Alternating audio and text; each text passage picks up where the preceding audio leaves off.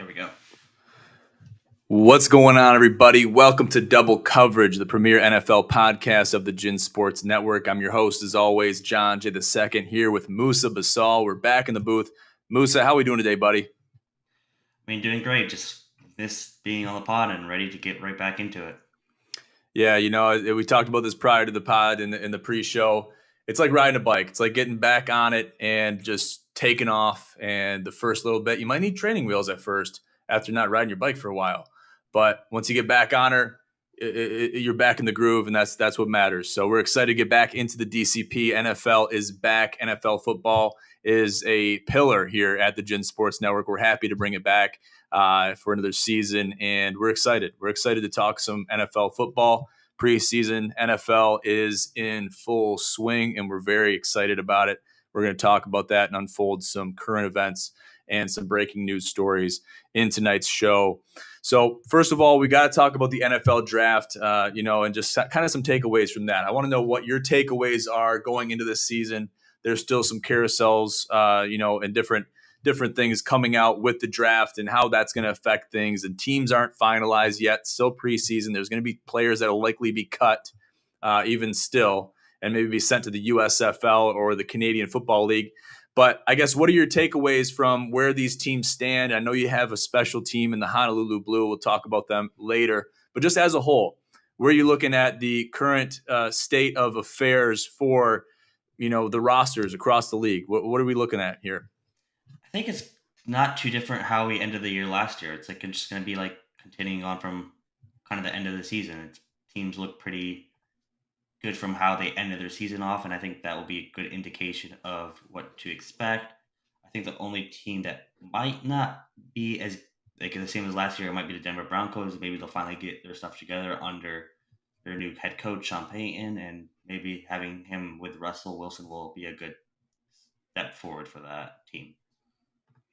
Yeah, I hope so, because I watched the Denver Broncos in preseason, and they had their full starting lineup out there. And they were in full force and they were playing hard.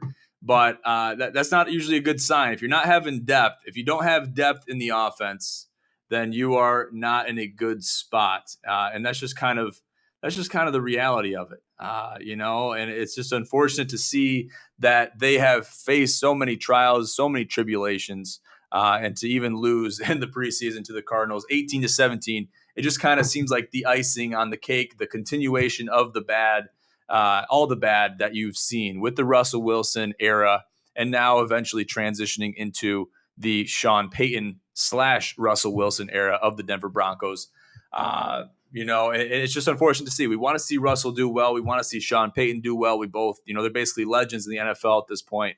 And I mean, obviously preseason has no precursor of how the season's going to go. But when you're playing your first team out there, you're playing your first string guys, it's like, okay, well, maybe we can take away a little bit of this. Maybe we can expect some of this going into the season if they don't turn it around quickly. So there's a lot to anticipate. There's a lot to look forward to. But it's just it's too early to tell in the reality of it. So we got to just wait and see what's going to happen in the regular season. Just part of the reasons they have their starters out there is just getting some practice under their new head coach, Sean Payton. We don't know. It's just kind of getting that chemistry built. So only time will tell. It is only the preseason, and like you said, it's not a precursor to anything, but it's not a great sign having your starters out there. Exactly. And I got to be hypercritical of all these teams, especially Denver Broncos. The Sean Payton era is beginning. It's only just begun. And to see him back on the sidelines is a beautiful thing. It's a good sight to see for football fans across the league, regardless of who you're affiliated with. But, and it's a catch-22 situation, because it's like, okay, well, yeah, we want to see Sean Payton do well. Maybe we're not rooting for the Denver Broncos. We're rooting for Sean Payton. We're rooting for Russell Wilson. They're playing their first team out there. They're losing by a point to the Arizona Cardinals in a preseason game. It doesn't leave a good taste in your mouth. And I got to be hypercritical of these guys because they deserve it. They have the games. They have the experience under their belt where I can be hypercritical of these guys. But we just got to expect more. We have to deserve more as football fans in the end of the day. So we'll put that to bed for now. We're definitely going to put a bookmark in that one, though, because we'll be talking about Russell Wilson and Sean Payton and the rest of the Denver Broncos team and the franchise as a whole going into this season. They're going to be under the spotlight of sorts. So let's talk about Lamar Jackson. He finally got his contract deal. Tell us a little bit about that and how he reached that agreement. I mean, yeah, I mean, he didn't get that fully guaranteed contract that he wanted, but at the time of signing his contract, it was the highest paid NFL quarterback, well, player actually, I should say, because quarterbacks get make the most for the most part. He got that big contract there, and he does have a lot of that guaranteed, and it's just good to finally see him get the contract that he is happy with. I mean, he doesn't have an agent; he negotiated this contract on his own. Maybe if he had an agent, it would be a little bit different, but I mean, got to give it out to Lamar for actually getting that contract in place. It's worth 260 million, 72.5 million guaranteed with 185 million in total guarantees. So we'll see how him taking this contract kind of plays out. I mean, they also just signed OBJ as a wide receiver, which we'll see. The Ravens are looking on the up and up going into this season. So OBJ did receive a deal too. Is that what I'm understanding here? He did receive a deal with the Ravens, yes. Okay, so that's a big deal. That's headline news, I would say. Crazy thing is, though, we didn't really hear a lot about that. We didn't really hear a lot about OBJ. We didn't really hear a lot about Lamar Jackson, unless I'm just living in a rabbit hole somewhere out in the Saharan desert. Then that's the case. And maybe that could be the case. But it came up, but it wasn't massive. Like it wasn't like all over the news for like months and months. And same with Lamar's deal. It wasn't like big headline news where Lamar got the deal. It just kind of happened, and OBJ got his contract, and it kind of just got swept under the rug. And I think that a partial reason for that is maybe there was so much anticipation. OBJ was going to places like the Cowboys, and he was going to even Green Bay, and going to the Rams, checking back into the Rams, and looking at the Broncos, looking at a lot of different franchises, different teams. And same with the Lamar thing. It just got to a point where it was so stagnant, it didn't become news anymore. So journalists and people that were following it, they were like, okay, well, this is kind of a lost cause. I got to be focusing on bigger and better things. I can't be focusing on something that's going to be stale, something that's not going to pan out. So I think that's what happened with both the OBJ situation and Lamar situation. It's ironic that they're now on the same team together, but we'll be following them very closely too. I mean, that's going to be a spotlight team. I'm expecting OBJ to really add to Lamar Jackson's resume, and they can add to each other's resumes, I think. And you might even have an Aaron Rodgers, Devontae Adams duo going on there. We talk about dynamic duos all the time. The two-man game, it's a lethal weapon in multiple different contexts. In this case as well. So we're gonna be following them. I'm a big OBJ guy. I've followed him for a long time since his days at the Giants. So I like following him. I like following him and seeing what he's up to.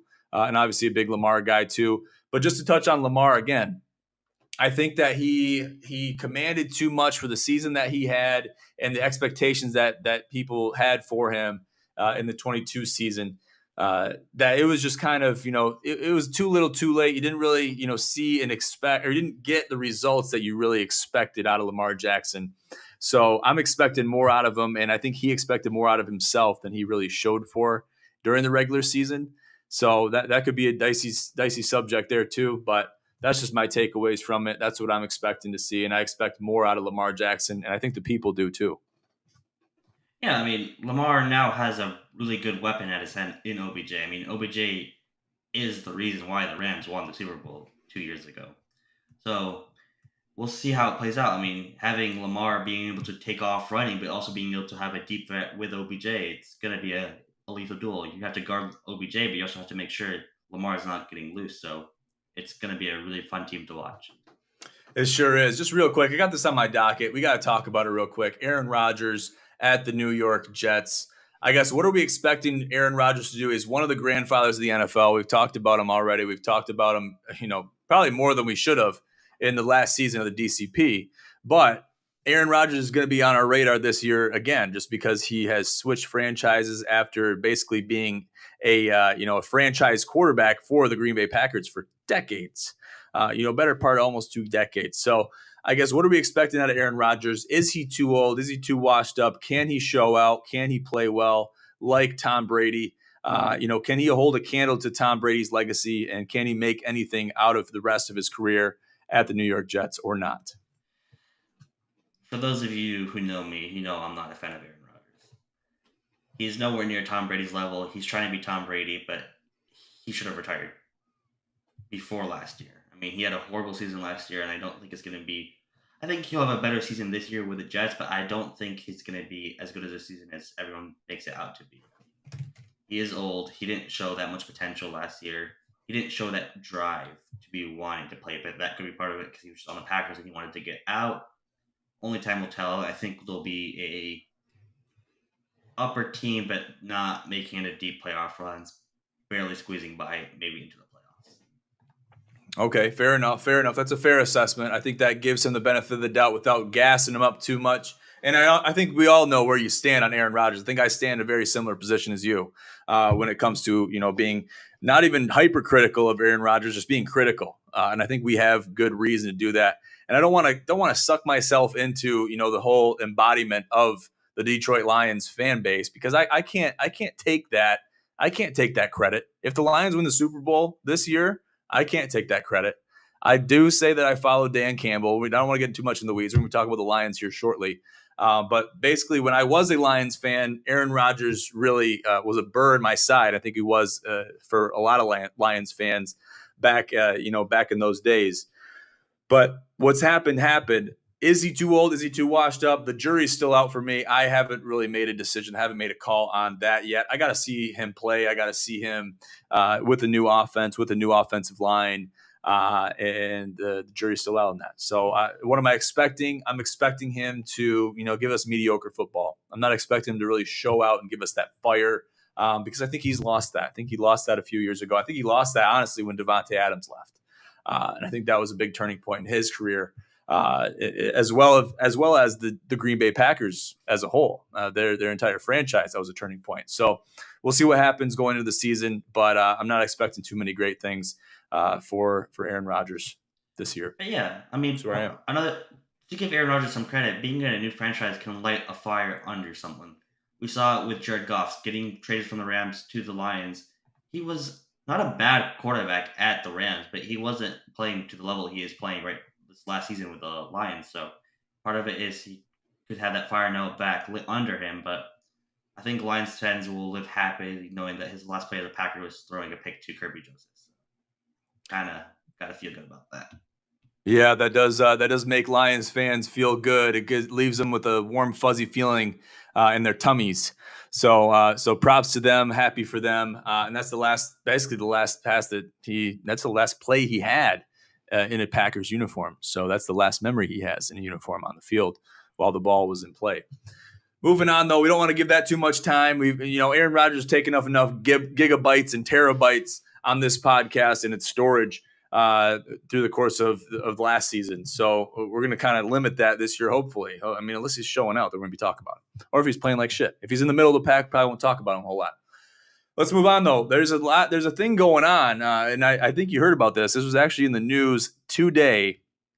And this, I'm quoting this from the New York Post. Native American group demands Commanders reinstate the Redskins name. And before that was taboo. That was taboo to say the Redskins name. To even say Redskins at all, it was taboo to say. Now that's not the case because a Native American group has basically they're up in arms. They're up in arms. They're saying, you know what?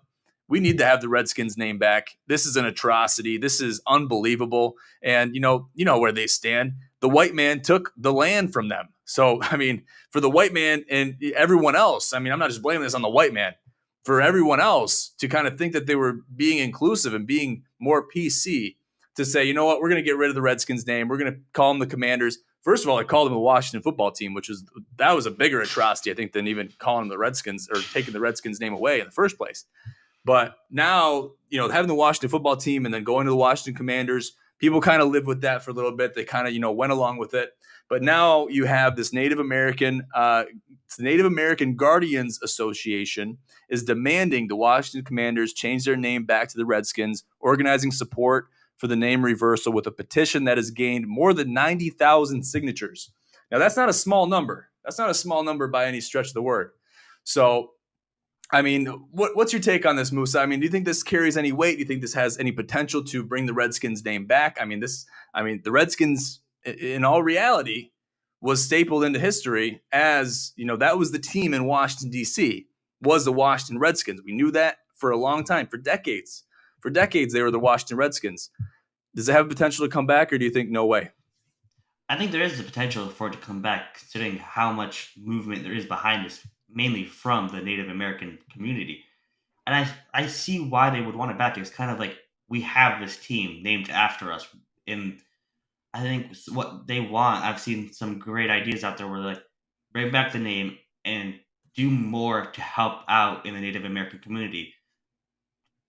Set aside a specific, maybe like a percentage of ticket sales to help out Native American communities and things like that. And I think it kind of helps bring back that name that everyone grew up with, and gives the Native American community a legacy they have in the National Football League. It gives them more of a like we're in this league and we're like part of this league kind of type deal. Exactly. And it, I mean, right now, I mean, they took it away from the Native American communities and it went to a white man. Kind of a legacy they can have, that they could have for them, and it could be something nice for them to do something like that where they support the Native American community and have that name and kind of just be a part of that community and really embrace the Native American community in the name.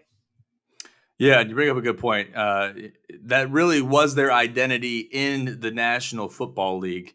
And you got the Chicago Blackhawks, and since that is not a derogatory term in the NHL, and Redskins, they take it too literally. It's like, oh, it's because their skin is red. No, that's just what they were called. They called each other that, and that's in proof is in the pudding with this petition that's getting 90,000 signatures. And when you took that away from them, and you don't even have something, and you have it with the Washington Indians or the Cleveland Indians too.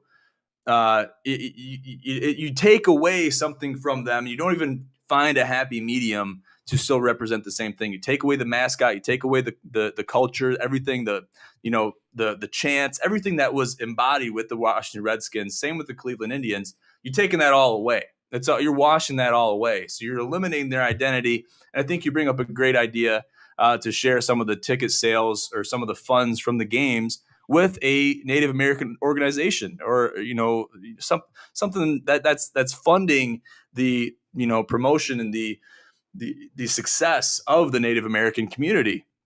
These reservations that are everywhere, all over the country. Do something to raise money for them. That's a great opportunity for the team to do it, and for the National Football League to do it and have identity and inclusivity. I think that's what they're going for with the diversity and inclusion, anyways. So it's like to take that away from them. It's like I think their intentions were good. I think they were very misled. I thought it was a bad idea from the get-go, just with all the tradition, everything that has been stapled into history for so long. And then now you see this backlash, the brand new take on it. That's had to have been their take on it for a long time before this came public. But this is just shedding a brand new light on things, and it really sheds a light on how soft we've become as a country. And I don't like where we're going. I think if we can go back to the traditional things, I mean, this is shedding light on it, having the actual group come out and speak out on the issue. I mean, let's bring it back. Let's bring it back. Let's do it. I think it just kind of proves that people that are not part of that native group or part of that culture are the ones getting mad about what the team was called and kind of push for them to change it, and then comes to find out that they actually wanted that name, and kind of prove like we shouldn't listen to people who are outside of that community when it comes to those things, and we should really get the opinions of the people in the community who are actually affected by it and who actually opinions matter more than anyone else. And when the thing is, you won't make everyone happy. You change it back, you're going to have a group of people that are not happy. So I think like the happy medium of supporting that community, the Native American community, and kind of just building your whole identity around it will be a great concept for them, and having that in the NFL and having the diversity in the NFL that they're seeking after. Very well said, my friend. I think that hopefully they find something. Hopefully they listen to this petition. Obviously, it's made national news. It's reached the tabloids. It's reached the newspapers all over the country. So it's sure to have some weight behind it. And I hope that it carries on into making change, essentially change back to what was the old way of doing things. So we'll see what happens with that. We'll follow that as well. Now we got to talk about the blindside hoax. So the Tui family, they are under fire right now because they didn't technically adopt Michael Orr. Everyone remembers the beautiful blockbuster film. It's a great film. If you haven't seen it, go watch it. The Blind Side, featuring Michael Orr, shows his legacy from a homeless kid going on and playing football for Ole Miss, eventually getting drafted to the NFL. And it's a great story. It's very heartfelt throughout the entire movie. And I guess my thing is, if they didn't really adopt him, and yes, I'm sure they collected royalties for Michael Orr. Obviously, they set the stage for him to be successful. We know that. So they did a lot of good for Michael Orr. If they didn't technically adopt him, I guess what is the crime that has been committed? I guess maybe they didn't actually physically adopt him. I mean, they're blowing this out of proportion. They're really throwing the whole Tui family under the bus for this. What do you have to say about it? Well, I mean, when you brought it up, I was a little shocked, but then I was reading more into it. They have taken millions and millions of dollars in branding with his name and haven't paid him a single penny or anything. So they just, I mean, I know in the movie there was a whole scene with how they had the speculation of they adopted him to send him to their favorite school, but he's like, no, I want to go to this school because my family went there. But then it kind of now comes back to real life where it's like they adopted him and they're making millions and millions off of him and benefiting from him. And they made it out to seem like he was not a smart person. He was hopeless, and they are the only reason why he was successful, and that's why they are entitled to all his earnings and making millions off his name without giving him any money towards that.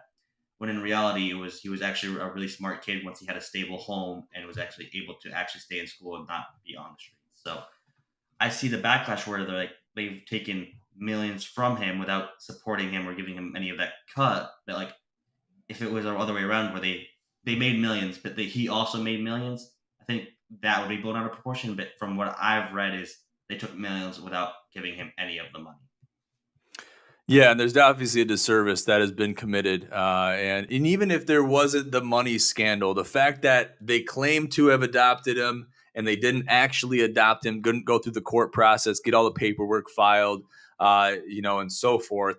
That's a big problem right there. I think that should be made public that was the case. Whoever is the whistleblower on this one, kind of late to the ball game a little bit, but I think that it's all coming out in a timely manner. With football coming back, and obviously, regardless of all that, it's just getting the truth out there at some point. To have people know the truth, that is the important thing. And if there was a disservice done to Michael Orr himself, then that has to be made public because everyone has to know about it. If the Tui family did that knowingly, and especially if they're taking royalties from the Michael Orr name based on the story, and then you got the movie too, which is bringing in millions on itself, and I'm sure they're still getting paid royalties from that movie being sold on, whether it's being played on Netflix or whatever. They're still making money off that movie, regardless of how old it is. But it's obviously it's headline news and people are going to talk about it. So it's going to be something that's going to be talked about for a long time. And this is obviously a black mark on the Tui family. We got a comment here from Nick Ballinger. They are making money on their son. And that's not true. He got nothing from the movie, and part of it was him signing rights to the story or to his story away for free. So maybe he wasn't too knowledgeable on the paperwork, too knowledgeable on what the hell he was signing. That's a disservice. That's not right. That's not right. It has to be made public. You bring this kid in. Yes, you put him in a good situation. I'm sure your original intentions were just to help out the kid, but then you saw how much potential this had and how you could make money off of him, and you kind of,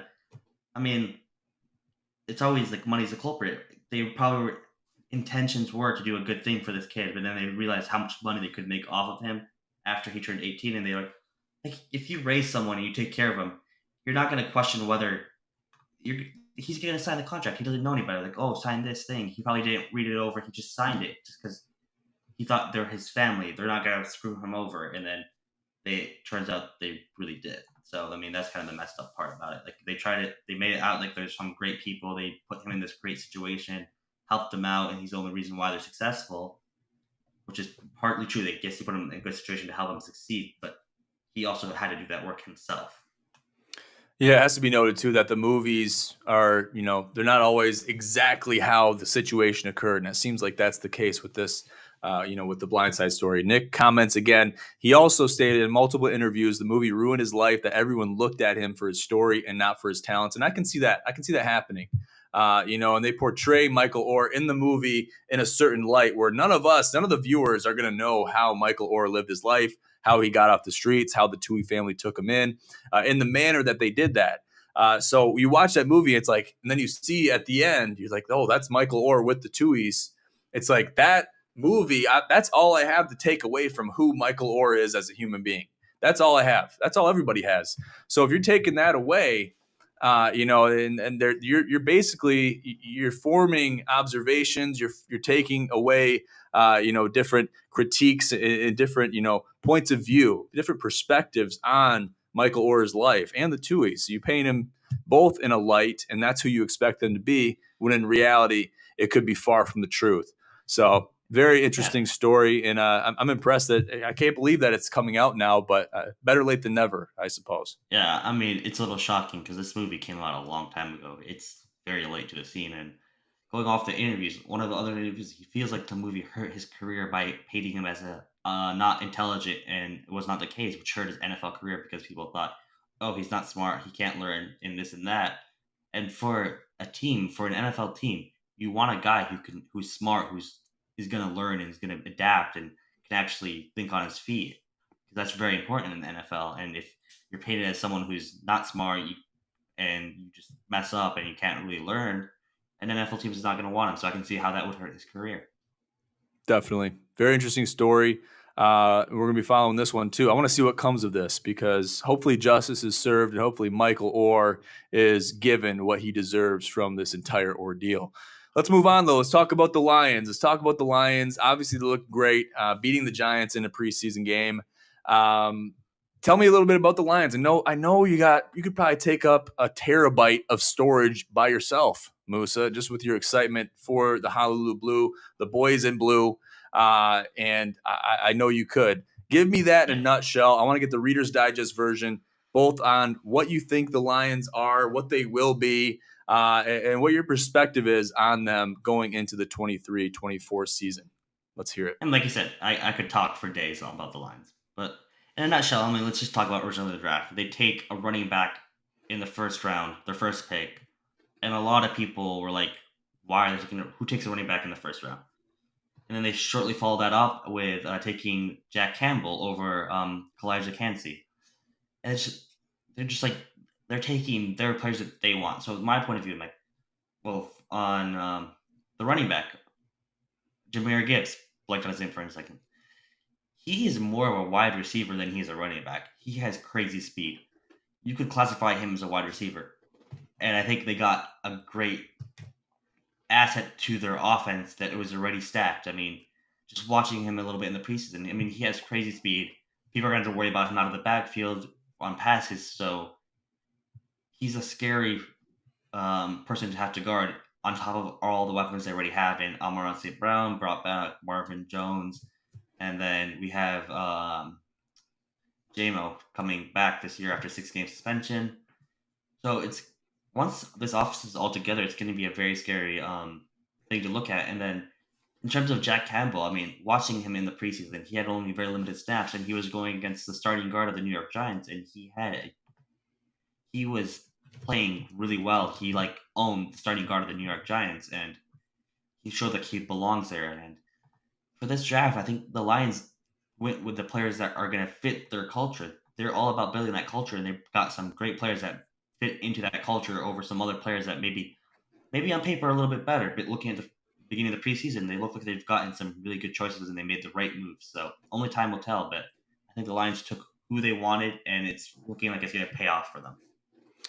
It's looking really good for the Detroit Lions. I'm, and I might not say I'm a Lions fan. I follow the Lions, and I don't need to really reinstate that. I don't need to prove myself to anybody.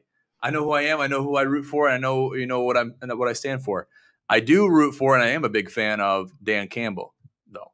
And also some of these draft picks that they did get in the NFL draft. Obviously, Jahmyr Gibbs, like you mentioned, Jack Campbell, Kalijah Kancey, and Hendon Hooker from Tennessee, the Volunteers. To have a great QB2 is essential. And now you got Teddy Bridgewater too. I can kind of stay away from that. I'd put Hendon Hooker in there at QB2, put Teddy in there at QB3 if I'm Dan Campbell or if I'm any of the coordinator guys. You might have some disagreements there, but I love Hendon Hooker. Aside from the injury, I think that he could be injury prone, but I think you throw him in there. Does he know the offense? Is he able to, really take control of that Detroit Lions offense? I think he has the potential to do that, but only time will tell. When he puts on a Lions jersey in a game time mode, that's going to be the decision maker. Okay, he might not see a play. He might not see a single snap this year because they're going to probably play Teddy Bridgewater at QB2. I'm just going to be honest up here, Musa. It's exciting to see the Detroit Lions do well. It's exciting to see them succeed. It's exciting to see them, play well after all the heartbreak, after all the terrible times that we have seen. And I don't want to, embody myself with the Lions fans by any course of the word, but just because I, live in Michigan and I technically get thrown in to the Detroit Lions fan base quite often. It's just one of those things where you want to see them play well. You want to hang your hat on them doing well, but you can't expect it to happen. So obviously a lot of promise. They sold out all their tickets. All their season tickets have been sold out. So they're expecting great things. Their fan base is very alive and well. The Dan Campbell movement is very alive and well. We're expecting big things out of Detroit going into the 23-24 season. So we'll leave it at that, guys, with the double coverage. Thank you guys so much for tuning in. Double coverage is back. We're really excited to bring double coverage back. Detroit Lions football is going to be a course of action. It's going to be a centerpiece as far as communication goes with the DCP. Just real quick, I got to talk about some fantasy stuff real quick. And it's unfortunate, but I got to talk about it because I had a fantasy, we did a thing. It was like a horse race. It was like something kind of like a 100-meter dash, or it was all randomized, right? So you get the top 10 guys, you set them up on a football field, basically do the 100-yard dash, and whoever gets first is the first pick, and then whoever gets so on and so forth is the last pick, all the way 1 through 10. And if you can guess who got 10th, it would surprise you. It would surprise you. Maybe it wouldn't surprise you. It was me, this guy. And I have a little bit of bone to pick with both the commissioners on there. There's a dual commissioner league. And, if I'm not the commissioner in that league or in any situation, then I have a bone to pick more likely than not. So I'm 10th, and you can look at that as a good thing or a bad thing. And basically, I'm looking at it as a bad thing, obviously, right away. I'm throwing jabs in the group chat. Haymakers, even maybe even some rear naked chokes may get tossed in there. But you get the bad thing is, okay, yeah, you get the 10th pick. Yeah, a lot of the good players that are initially going to get picked, you're gonna lose out on that. But the other side of it is you're going to get that next pick after your 10th pick. So you get a boom bap basically type of pick. So I'm excited to have that. I guess that's one of the only positives that I can take away from it. But you roll with the punches, and you grow and succeed as a fantasy player. Fantasy football is a delicate art. You have to take it seriously, but you can't take it too seriously, because if you do, you're going to fail, and you're going to fail hard. So I'm looking at this season. I only got two teams to deal with. Usually it's 3 or more.